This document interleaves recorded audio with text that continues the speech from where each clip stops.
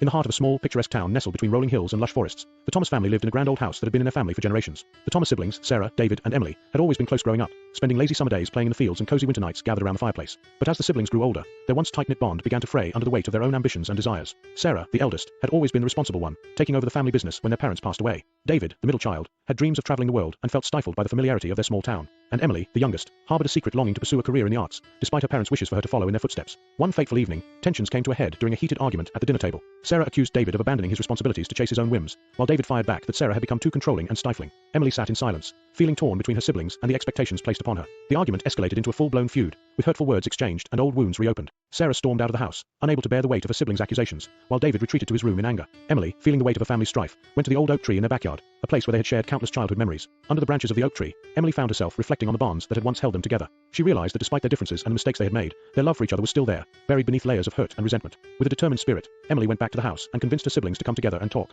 As they sat around the kitchen table, each sharing their side of the story and bearing their vulnerabilities, they began to see each other not as adversaries, but as family. In the days that followed, the Thomas siblings worked through their differences, learning to respect each other's paths and support each other's dreams. Sarah found a balance between responsibility and personal fulfillment. David pursued his passion for travel while staying connected to his roots, and Emily followed her heart to pursue a career in the arts, knowing that her family stood behind her. As the seasons changed and the old oak tree shed its leaves, the Thomas family emerged stronger and more united than ever before. Through their shared struggles and triumphs, they came to understand that family was not just about blood ties, but about the love and support that bound them together through thick and thin.